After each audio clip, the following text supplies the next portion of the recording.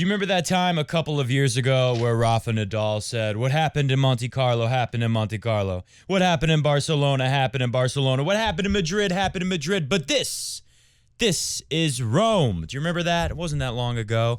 Well, we're in a similar situation today. Did anyone really expect not to see Rafa and Djokovic find their game in time for the French Open? Maybe we didn't expect to see them in the final here in Rome, but here they are. This is Rome, and all that stuff before, it's the past. Novak Djokovic recently said that it's nice to be number one in the world, but now my priority is winning majors. And it really has been that way for a while for, I think, all three members of the big three. Maybe number one in the world was a little more of a priority than it is today, but it's always been about the slams, and that's why most tennis fans, if Rafa can win one more major coming up at the French Open, they're going to say that he's the GOAT because this is the standard that us tennis fans set a long time ago. Now, don't get me wrong, it wasn't easy for Rafa and Djokovic to get here today. I mean, just take a look at Rafa. Sasha Zverev the other day, I know he didn't play him today, but yesterday, the day before the Opelka match, Sasha Zverev almost came back at the same time he flipped that first set around that he was losing in Madrid. It could have been the same thing all over again. To us fans, to people who didn't watch the match and just saw the scoreline and said, Nadal crushed him. It's a little different for us, and especially those people that didn't watch the match. But for Rafa, in that moment, he knew that only he was in control of his destiny there, knowing this can go the way of Madrid or this can go my way today, and he decided to take it his way. Of course, the conditions help him do that. But not long after that, serving for the match, take a look at this fall, this nasty fall from Rafa, and also for the ladies and some of the guys out there. Rafa shows a little leg. Take a look. Oh. I think he made it, but it doesn't look good.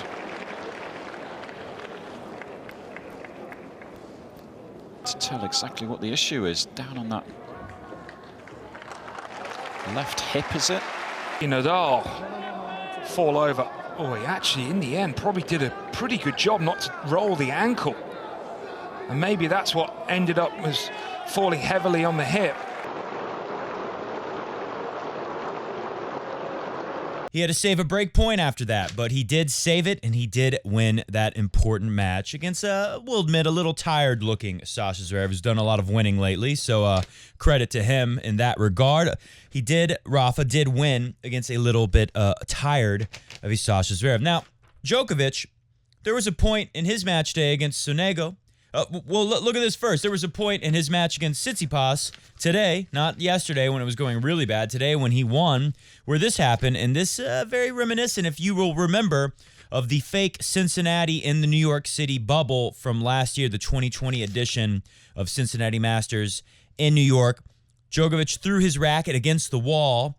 Not long after that, he hit the ball that hit the lineswoman that took him out of the tournament. We'll remember that forever.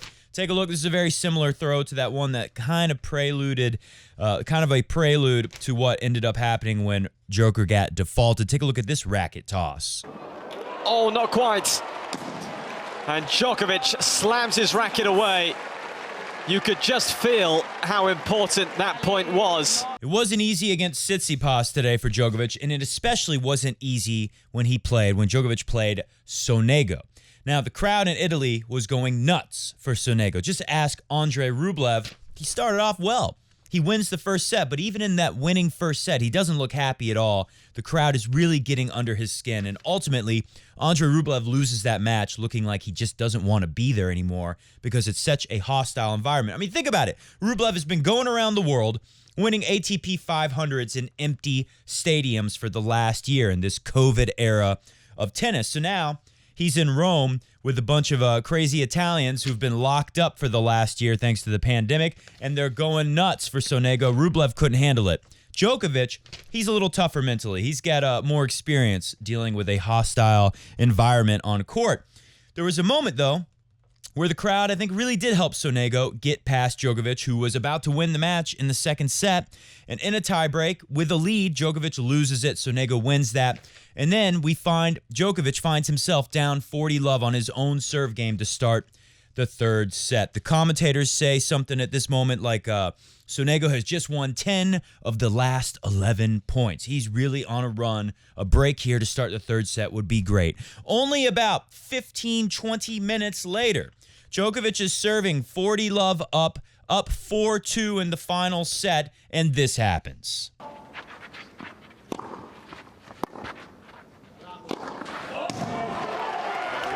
Turning on the style. These guys are the greatest of all time. They are two of the three greatest of all time. No one should be surprised that they're in the final tomorrow.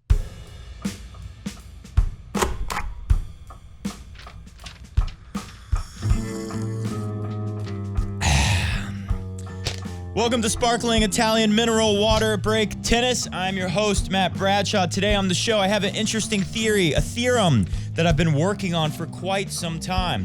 It's called the Isner-Anderson theory. It's a theory on a point of diminishing returns. We will talk about that. Also, the match with Riley Opelka today was pretty interesting. I like these matches where we see the top players deal with one of these big, tall guys with a monster serve. I always find those interesting, so we'll look at some stats from that match and how Rafa was able to deal with a kick serve that he literally has to return from somewhere up here. We'll take a look at some graphics and stats associated with that. Also, we will look at some return of serve statistics from both Nadal, Djokovic, and from all the matches we were treated to today in Rome. Oh, and we got a comment, too. We got a comment. But first, let's go into my theorem on the Anderson-Isner rule. And it's as simple as this. You get a lot of help from height, but at some point, your height, there's a point of diminishing returns. That's why, a long time ago, I decided that I thought Tsitsipas was a better investment, right? He's a better player to invest your emotions and your time. We invest our time watching these players when we believe in them, right? Big three, they've been a good investment, and we've all put a lot of time into watching those guys. They earned it because they always impress. They always show us, what it's all about. Why do we watch tennis? It's about what those guys have. It's about seeing just little glimpses of that from other players, and then you see that kind of excellence displayed all the time from the big three, right? So I thought a while ago that Tsitsipas was a better investment than Zverev. And back then, I thought, there's a few reasons why, of course, but one of the first things I thought to myself was Tsitsipas is 6'4", Zverev is 6'6".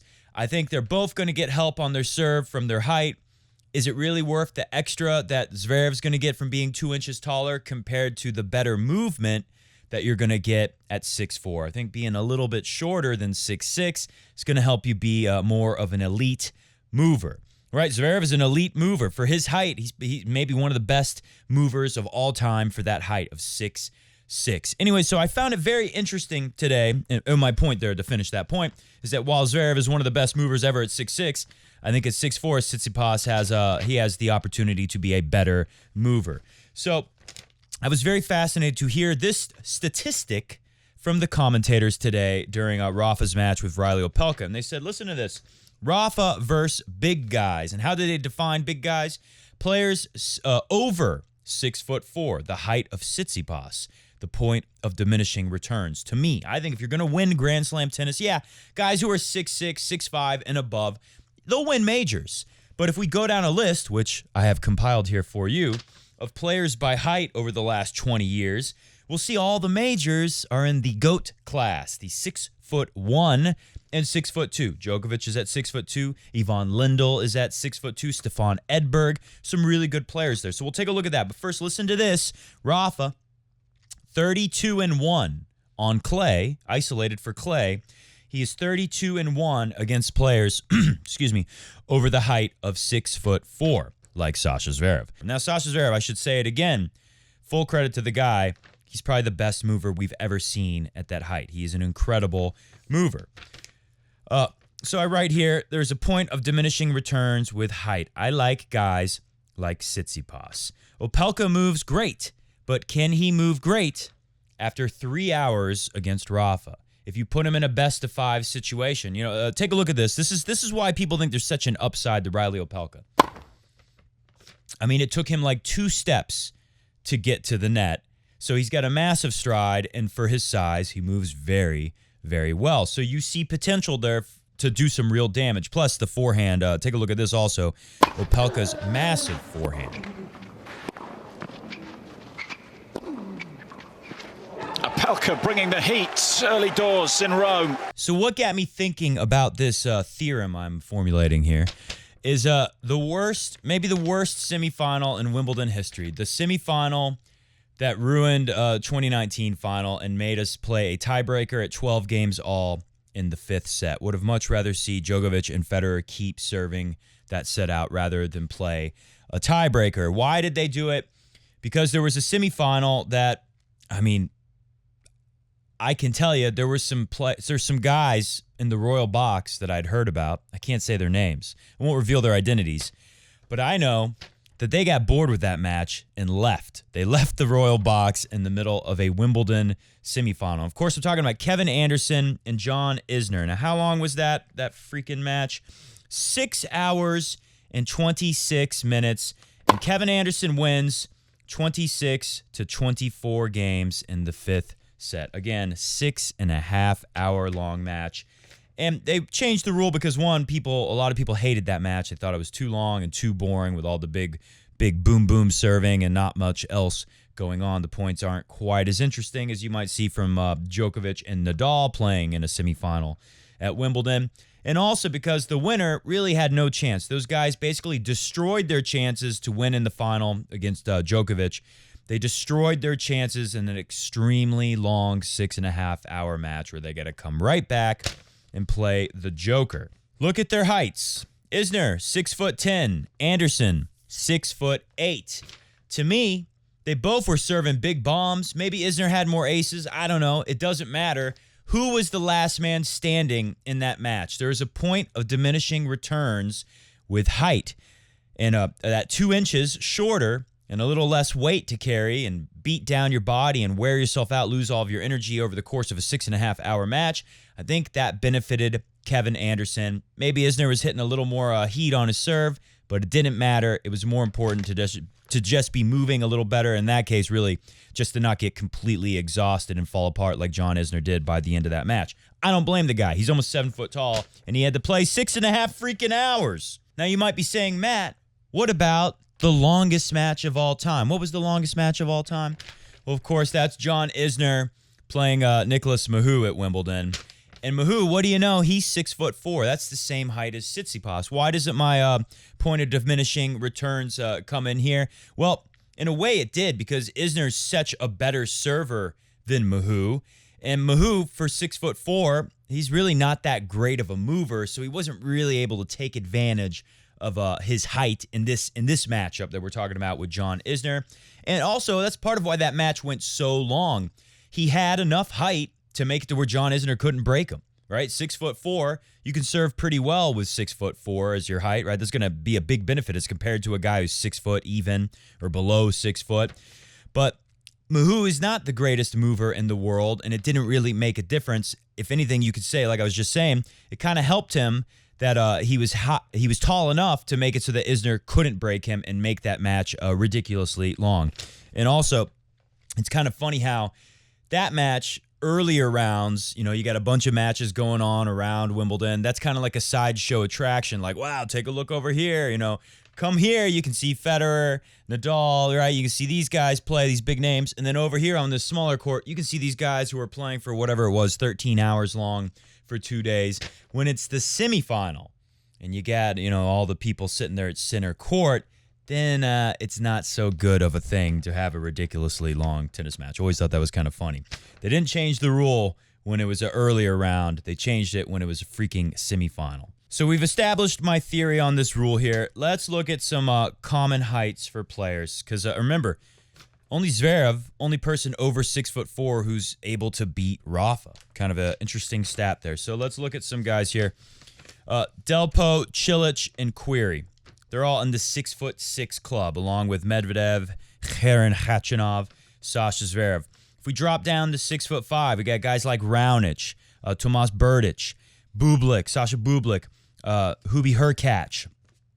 Let's go down to 6'4". We got guys like Ivanisevic, Monfils, Kyrgios, Tsitsipas, and one special person. I'll save him for the end.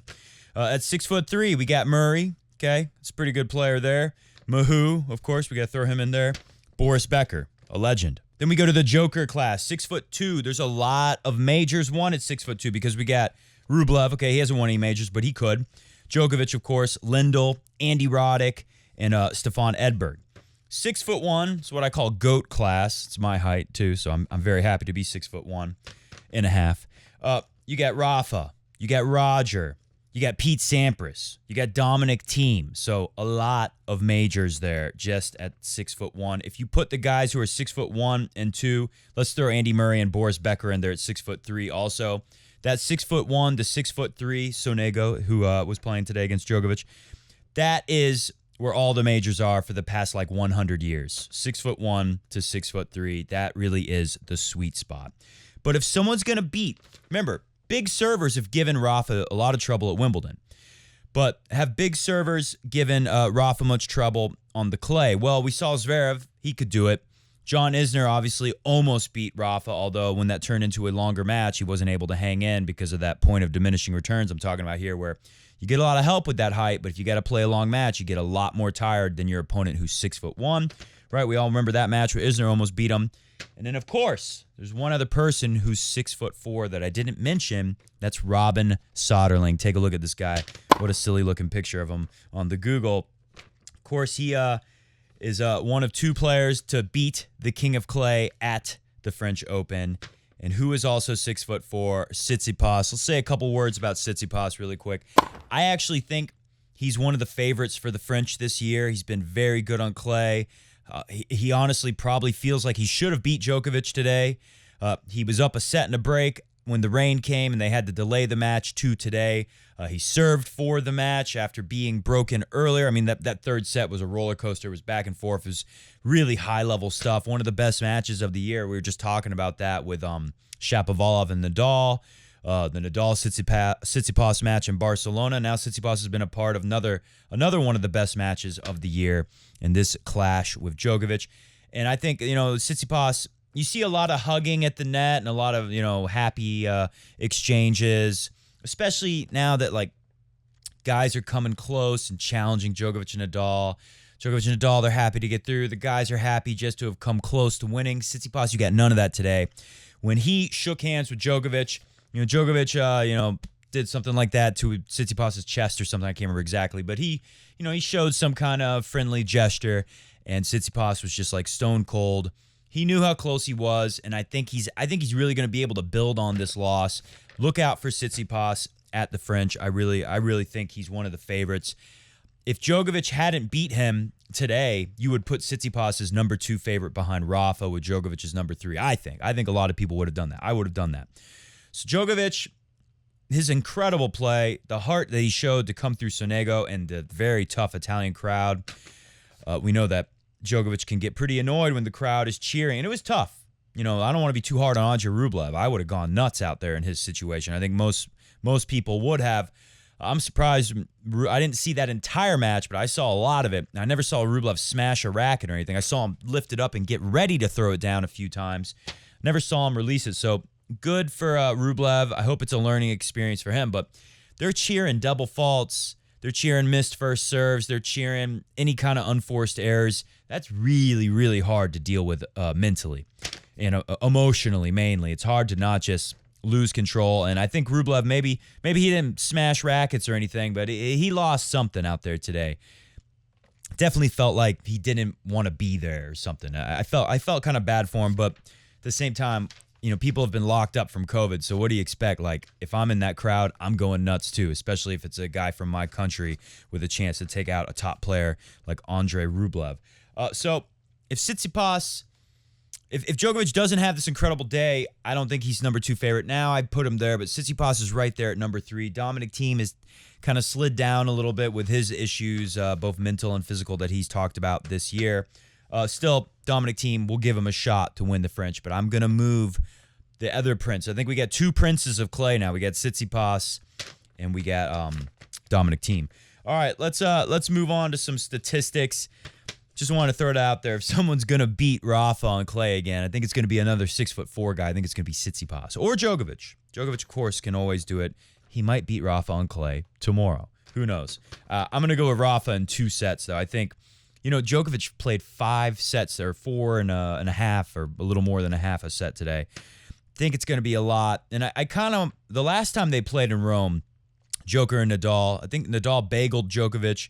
And I believe it was kind of a similar situation where Djokovic had to stay out and play a match really late the night before. Rafa got done in the morning, had more time to recover. So even though Rafa had some pretty tough battles like with Shapovalov the other day and Jannik Sinner, that was a tough match too. I think now Djokovic is caught up with him, is probably going to be a little more fatigued. And also Rafa's just been doing better on clay in general because Djokovic hasn't had a great, Djokovic hasn't had, he lost to Dirty Dan, okay? He lost in Serbia on the clay. Djokovic has not had a great run up to the clay, so I'd say Rafa's a little better, especially with the win in Barcelona. All right, let's look at some stats here. Just take a look at this. This is what Rilo Opelka. This is where Rafa's average second serve return height is, and this is where Opelka took it to. Now, look at this picture. This is actually what it looks like when Rafa's standing there. And see that little wall behind him? Again, go back to the graphic of Opelka's his kick serve. It goes up above that wall. I think that wall's about 6 foot tall. It's about the same height as me and Rafa. We're the same height, same age. We got a lot in common, me and Rafa. Vamos! I think that ball is over that wall a little bit, so it's definitely above Rafa's head. But somehow, take a look at this. See this little clip? Rafa's hitting returns up here, and they're good. He's getting them back deep, and he's winning points against Opelka. I mean, impressive win from Rafa today. Yeah, and that's the problem with that second serve. We've seen both points from the left side hit the kick serve, but it's straight into Nadal's forehand, and then Nadal just with the whip on the forehand, making life uncomfortable for Opelka. I know Opelka has not been great this year, but he played pretty well today. I showed you earlier like how he can move to net so quickly and close it out, how big his forehand is. He had more forehand winners than aces today.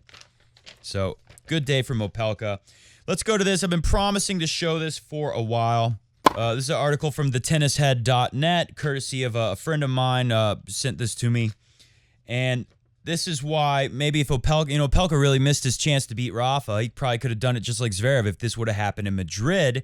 Remember, Zverev was hitting a lot of high kick serves, and that thin air, that ball gets up even higher and moves faster. It was really tough for Rafa to deal with. So let's look at this tennishead.net article. Nadal, he wins 72% on the first serve compared to his clay average, right? They're comparing how Nadal performs return and serve numbers first and second on both sides. On the clay, all clay tournaments he plays in the year average together compared to what he does in Madrid, where they have the high altitude and the ball really flies in those conditions. So 72% win on first serve. His average is 70. So Rafa does a little better on first serve. Now he's exactly the same on second serve. 57% win on second serve on all clay and also in Madrid, which makes sense to me because it would help Rafa a little if you hit a good second serve. If you miss your spot with your second serve, now your opponent can crack that return and it's moving a little faster than normal. So Rafa has a harder time recovering to get the return coming back when he doesn't hit a good second serve. So that's a wash to me. I would say it probably would come out about the same, 57%, because sometimes it's helping him, the conditions, the faster, the ball moving faster the air on a Rafa second serve, and then sometimes if he messes up, he gets burned that much harder because the return can come back that much faster. The return of serve, as we've been saying the last few shows, and finally we have the stats for you here, is a different story. Now, Rafa winning 2% more on first serve. If you're already winning 70% of your first serves, you're probably winning most of your service games. But look at this. Rafa is winning 36% when he returns first serves in Madrid compared to his average on clay of 40. So 40, you're pretty close to half. This is why Rafa's the king of clay. If you are averaging 70% win on your first serve and your opponent, you're able to win 40, right? You're limiting him to 60% win on his first serve. That makes a huge difference. But in Madrid, that drops 4%. It doesn't sound like a lot, but it is, to 36. So, right, if if the opponent's winning 60% of the time on his first serve, he's going to hold serve, quite a few times. He's going to be able to survive with that 60% as long as the second serve percent is a decent number. And, he'll have to come up with some good points. He'll have to get a little creative, but you can hold winning 60% of your first serves if you're doing okay on second as well. But in Madrid, the opponent is averaging against Rafa 64%. So now that makes it a lot easier to hold. Right? If you're winning 60, you probably hold a lot, but Rafa's going to get some breaks. If you're winning 64, it's that much harder. And if you're Sasha Zverev and you're having a good serving day, I'm sure these numbers go down even more. And on the second serve, Rafa usually would win 58 on clay. In Madrid, it drops to 57. Again, it's a small number, but like I said, with those numbers, you can hold serve when the percent drops 4 on first and it drops 1% on second. That's just enough to make it trickier for Rafa. Of course, he still finds ways to win. And of course, part of that is Sasha Zverev is able to bring more serve power than the average opponent. All right, last thing here for statistics-wise, take a look at... I noticed a long time ago doing coffee break tennis, looking through stats, pouring through stats during clay tournaments. A very telling stat is always what percentage of serves do you get back in play, averaged first and second together. Look at Nadal today, was able to get 72% of Opelka's first and second serves back into play and get the point started. If it was in Madrid, that number wouldn't be so high. Opelka, he's able to get 63% of Rafa's. Who do you like better, right? If Opelka's 63% of the time when Nadal serves, they get to go in a rally. Who's going to win most of those? Rafa by far. If 72% of the time Opelka is serving, they end up in a rally. Who do you favor? It's going to be Rafa.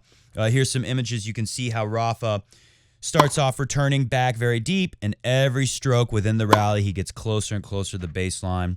It was interesting to see Sasha Zverev was actually doing that as he started to come back in that first set against Rafa in their match the other day.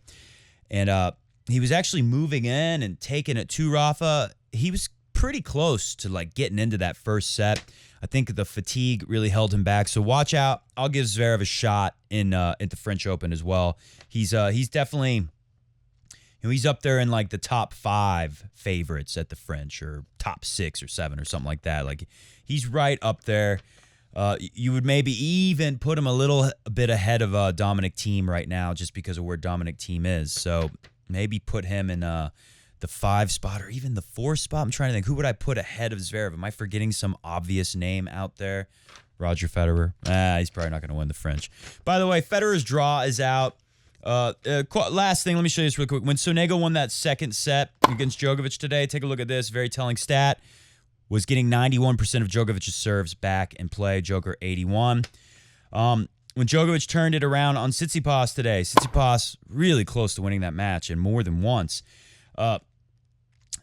85% of the time Djokovic was able to get the Tsitsipas serve back in, 74% of the time for Tsitsipas. Last statistic for real, and then we're going to get out of here. On second serve against Tsitsipas yesterday, look at this. This is where Djokovic was hitting his returns on second serve, right? Usually these guys, Djokovic and Nadal, they do so well winning a lot of return points on the clay, really everywhere for that matter. When he's losing yesterday, 35% of the second serve returns from Djokovic. They're all going to backhand both days. He's trying to hit the backhand, the one-hander of Tsitsipas. 35% are dropping quite short. 42% are in this middle area where if they're close to the service line, they're pretty short. And if they're a little further back, they're okay. 20% deep, points that Djokovic is going to win most of the time. Today, he flips it. 26% are the short points where he's probably going to lose. 41% are in the middle, and 33%, that's an increase of 10% from yesterday. Super duper deep. Djokovic is going to win the majority of those points. All right, hit the music. Last thing, my prediction tomorrow, Rafa Nadal wins in 2 sets. I'll say 2 tight sets. It might go 3. I got a comment worth pointing out here from James Toops, the dog, Alexander Dolgopolov. Some people might not remember who he is. He hasn't played in a while because he's been trying to get healthy. His body let him down. Just goes to show you in life, you only have so much time to accomplish some of your goals, and then life can change for us, But you never know how it's going to happen or when it's going to happen, but just like that, Dolgopolov's tennis playing days, I shouldn't say just like that, it's been developing for years now. His tennis playing days are over. He's given up on even trying to come back. So sad to say that, but let's highlight him. James Toop said the dog once beat, I used to call him the dog. I think Brad Gilbert actually came up with that nickname. He beat Rafa, serving only 47% first serves in. That's worthy of a mention. Give a nod to the dog. Very entertaining player. I brought up that match. I thought it was 2013 Indian Wells. It was actually 2014. Dogopolov, 2 hours, 20 minutes, beats Nadal. One of the things I remember about Dogopolov is his toss was very low, and it almost, they called it like a slingshot serve. Before he even like released the ball, he was swinging up there and hitting the ball like, it almost looked like he was hitting the serve out of his hand like that or something. Pretty crazy. Think he had even lower first serve in percentage in that win. He got 41% of his first serves in. Kind of a weird match. 11 aces might have been a helpful part there. He was winning less on the second serve, winning more on the first serve than Rafa, but getting 22% less of his first serves in, and then winning less on the second serve. But somehow he wins that match. That was one of those weird matches from history, but we'll always remember it. So a shout out to the dog. Sorry that guy couldn't keep pursuing his tennis dreams. We will be back on Monday to wrap up all things on Rome. We'll talk about the Federer draw in Geneva. Sorry we didn't talk about it today, but we'll have plenty of time to get to that Monday. And when we're doing all kinds of videos about Federer when he returns to play on the clay next week. See ya!